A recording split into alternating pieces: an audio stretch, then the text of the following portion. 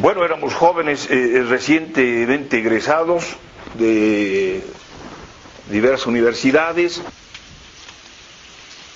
Realmente era un grupo de personas que, es importante recalcarlo, estaban absolutamente identificadas con la posibilidad del cambio social en Bolivia.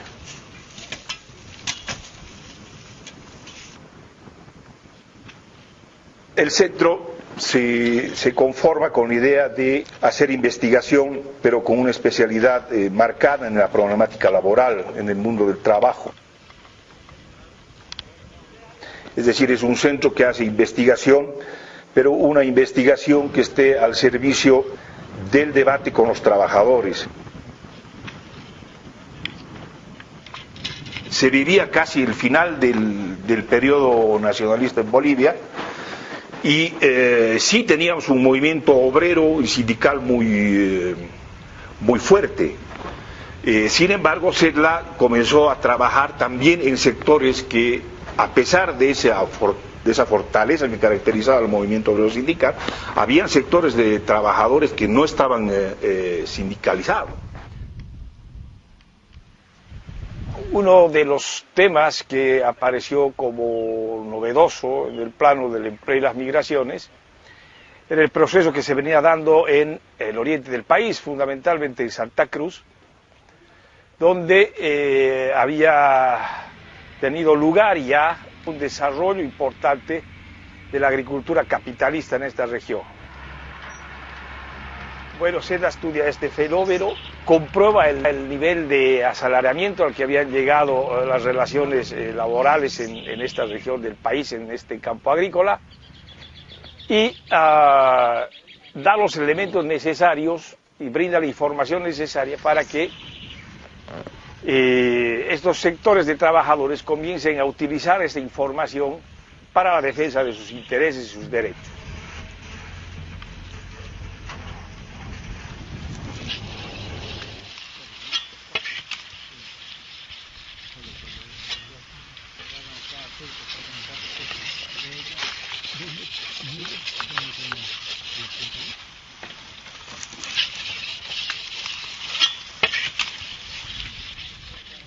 Este proceso posteriormente implicó que durante un buen tiempo, por lo menos en la región de Santa Cruz, estos trabajadores logren acordar convenios colectivos de trabajo con las organizaciones patronales y logren incorporar reivindicaciones de importancia.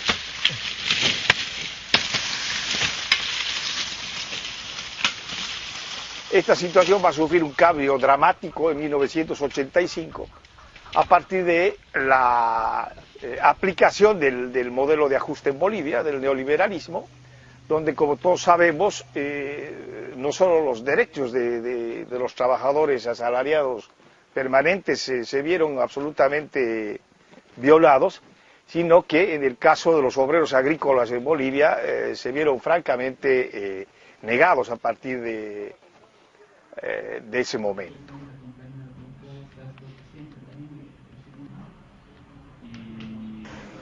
Claramente desde 1985, desde el famoso decreto 21060, bueno, se da una mayor subordinación del trabajo por el capital y su mayor explotación, de manera directa cuando los trabajadores son asalariados y a través de distintas formas y del mercado a los trabajadores no asalariados. Se da un proceso de ajuste muy duro, tanto en el empleo como en los salarios. Se da una primera etapa ya de congelamiento salarial y de contención de los salarios para favorecer las tasas de ganancia de los empresarios y reiniciar en su discurso la senda del crecimiento económico. Y por otro lado empiezan a aplicarse las políticas de libre contratación. A través de estas políticas ya casi nadie tenía certidumbre en el empleo, comienzan a difundirse formas de contratación eventual, temporal, ya el trabajo por tiempo indefinido comienza a ser casi una cuestión de lujo, ¿no es cierto? Y la mayor parte de los trabajadores ven afectada su seguridad en el trabajo. Se da una explosión entonces hacia el 92, una salida al mercado laboral, sobre todo de mujeres y de jóvenes, que en un contexto en el que no se habían dinamizado las actividades económicas de manera de generar un crecimiento con empleo, empiezan a engrosar las filas de lo que ya en ese momento llamábamos el sector informal urbano. Empiezan a elevarse los niveles de pobreza y a la par, ¿no?, a crecer la fuerza de trabajo que, al haber sido abatido su capacidad de consumo, sale al mercado de trabajo en búsqueda de complementar los ingresos familiares. Entonces, en este caso, por ejemplo, lo que encontramos es que la salida de las mujeres al mercado laboral se traducía, ¿no?, en una forma de inserción precaria, ¿no es cierto?, que va a prolongarse a lo largo de los años y diríamos hasta ahora. Ahí vemos, por primera vez, intentamos medir con otros criterios la situación laboral y nos encontramos que en los 2000 gran parte de la fuerza de trabajo está desarrollando su actividad en condiciones muy precarias. Cerca del 70% de los trabajadores ya en el 2001 y hacia adelante también pueden ser catalogados como trabajadores precarios, ya sea porque tienen bajos ingresos, ya sea porque su trabajo no es estable o porque no están cubiertos por, no tienen la protección de la seguridad social.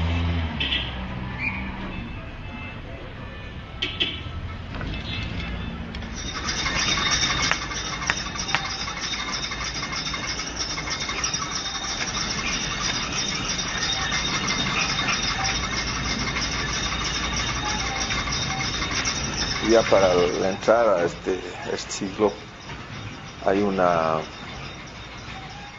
agotamiento de las políticas, ¿no? Un agotamiento del modelo neoliberal en el sentido de dar respuestas a los problemas de la gente. Estamos entrando, digamos, a un fracaso que está madurando paralelamente a la restitución, digamos, de las fuerzas, de la fuerza de los movimientos sociales, de las organizaciones sindicales, etc. Entonces, el 2000 ya es una muestra patente de este agotamiento y del fortalecimiento de las fuerzas populares, ¿no?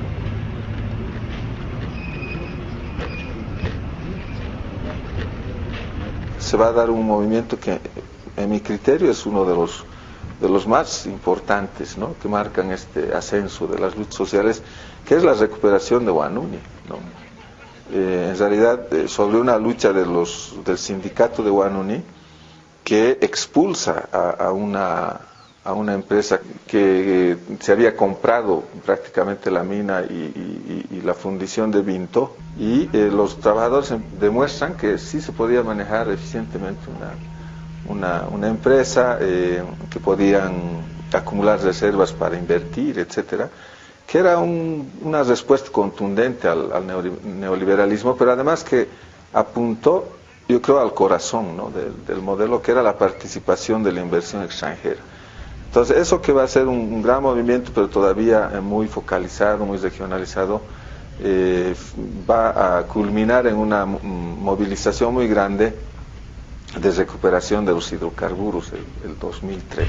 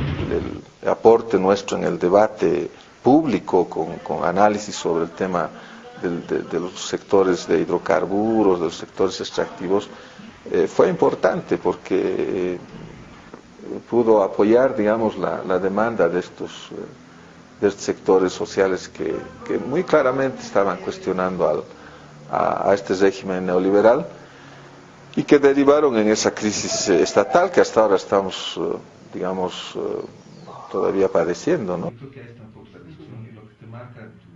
Y en 2005 se pensó de alguna manera que con las elecciones generales ganadas de manera extraordinaria por la presidencia de Evo Morales, podíamos comenzar a caminar hacia un proceso de reversión de esta crisis o recomposición de un estado, del estado que habíamos llamado neoliberal, de la etapa neoliberal. Estamos viviendo, después de 3 años, una continuidad de esta crisis y creo que de aquí en adelante todavía esta crisis nos va a acompañar unos años más, ¿no?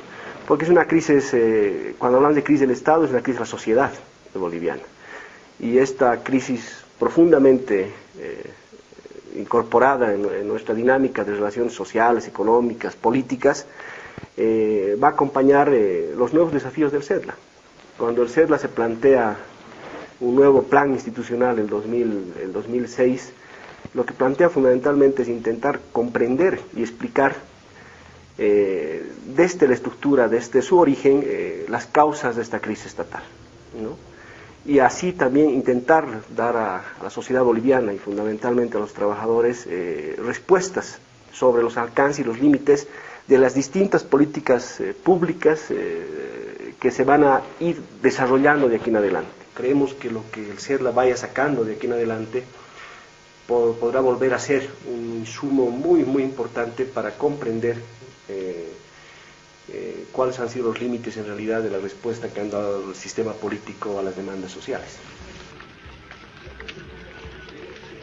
¡Viva el mercado! ¡Que viva! ¡Viva la nueva Constitución Política del Estado!